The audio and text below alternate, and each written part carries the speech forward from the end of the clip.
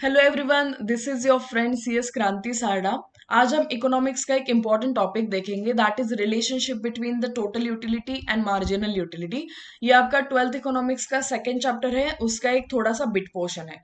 तो इस रिलेशनशिप को समझने के लिए पहले हमको कॉन्सेप्ट देखने पड़ेंगे कि टोटल यूटिलिटी क्या है, मार्जिनल यूटिलिटी क्या है, और फिर बाद में इन दोनों का आपस में रिलेशन कैसा वर्क करता है, और इसके कर्व्स के बेसिस पे हम उसको अंडरस्टैंड करने की कोशिश करेंगे। So let's start with what is total utility and what is marginal utility. ये दोनों भी यूटिलिटीज समझने के लिए हमको पहले एक सेट ऑफ ऑब्जर्वेशन लेना पड़ेगा जो आपको इसके कर्व समझने में मदद करेगा। ऑब्जर्वेशंस में हमने क्या किया है, we have taken burger as a unit of consumption. तो हम 6 बर्गर कंज्यूम कर रहे हैं, और that too a continuous consumption. जैसे पहला खा के खत्म होता है, हम दूसरा, तीसरा, चौथा, पांचवा, छठवा ऐसे बर्गर कंज्यूम करेंगे। और उसके ऑब्जर्वेशंस में हम क्या लिखेंगे कि उससे हमको कितना यूटिलिटी डिराइव हो रहा है।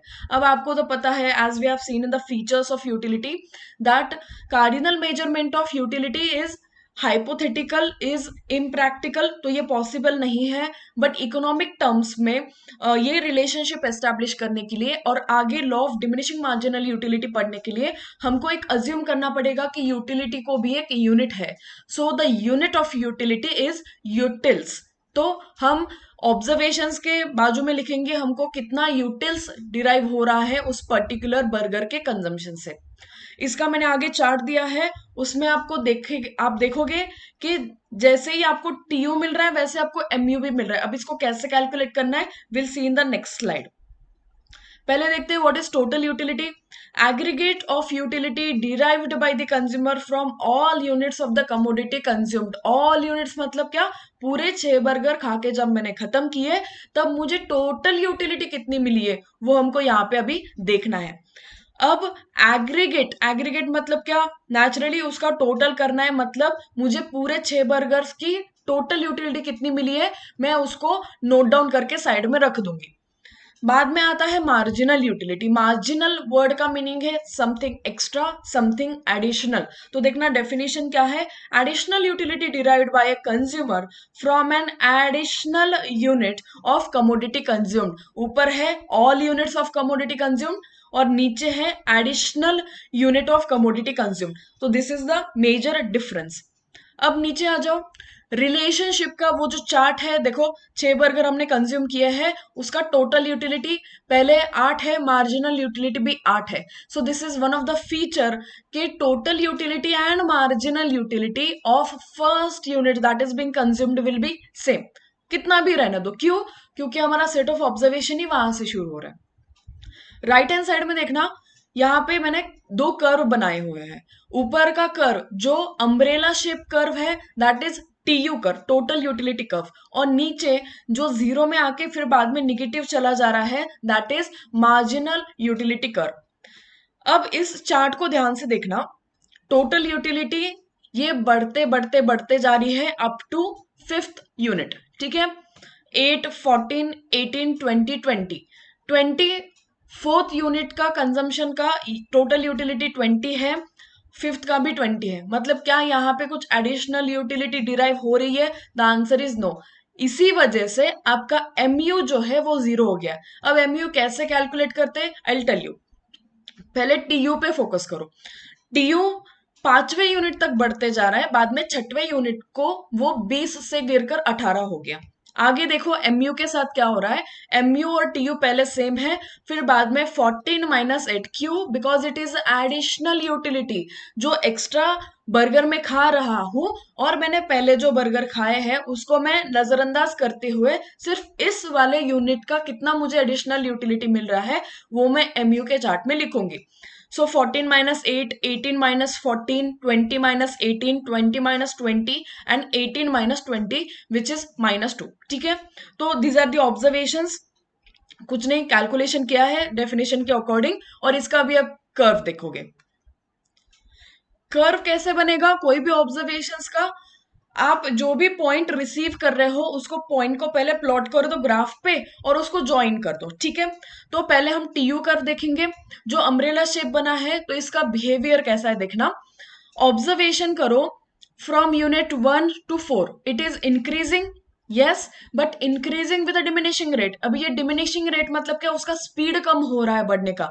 कैसे देखो, 8 to 14 gap is 6, 14 to 18 gap is only 4 utils, again 18 to 20 gap is only 2 utils. मतलब टोटल यूटिलिटी तो बढ़ने वाली है मैम, क्यों? क्योंकि हम नंबर ऑफ यूनिट्स बढ़ा रहे हैं ना, जो भी हम कंज्यूम कर रहे हैं वो, बट उसका टोटल यूटिलिटी का बढ़ने का स्पीड कम हो जा रहा है, तो उसको हम बोलेंगे total utility increases with a diminishing rate. ठीक है.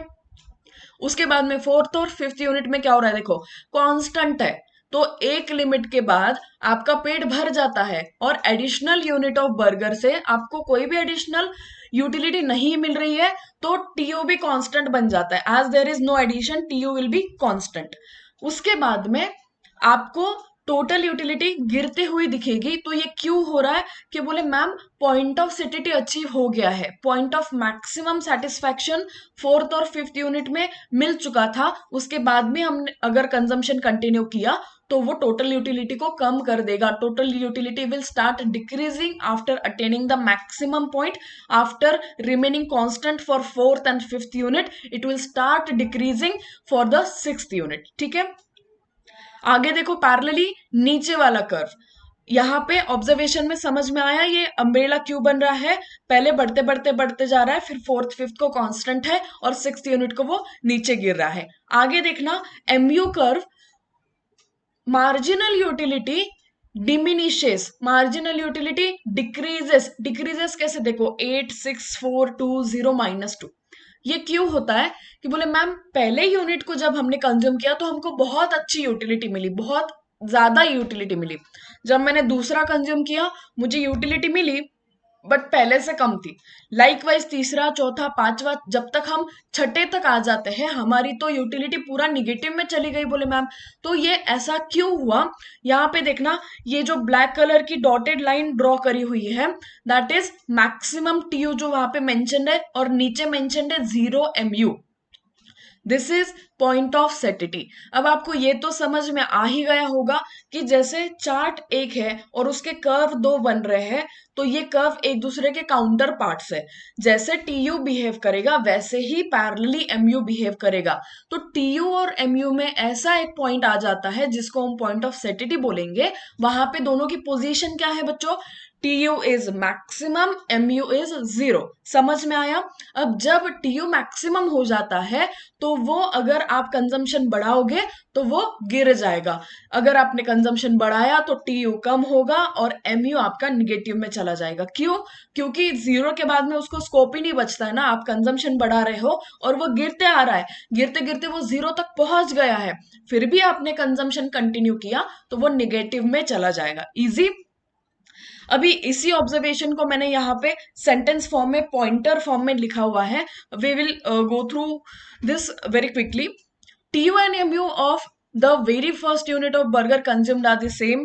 After that, TU increases at a diminishing rate and MU goes on diminishing. At point of satiety, मतलब जो point of maximum satisfaction है, TU is highest and remains constant, whereas MU becomes 0. Last दो observations है, a rational consumer should stop his consumption after the point of satiety. Why? Because as you are not deriving any additional utility, why to continue your consumption.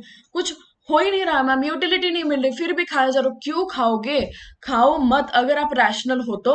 अगर फिर भी आपने consumption continue किया तो आपका utility dish utility में चला जाएगा. तो फिर बाद में अगर आपको वोमिटिंग सा हो रहा है मैम, हम बीमार गिर गए, या फिर अभी नौशिया बैठ गया, खाने की इच्छा नहीं हो रही है वो चीज बाद में, तो ये सीन होगा कब, जब आपका एमयू निगेटिव में चला जाएगा. This is called as negative utility, negative marginal utility या फिर डिस यूटिलिटी.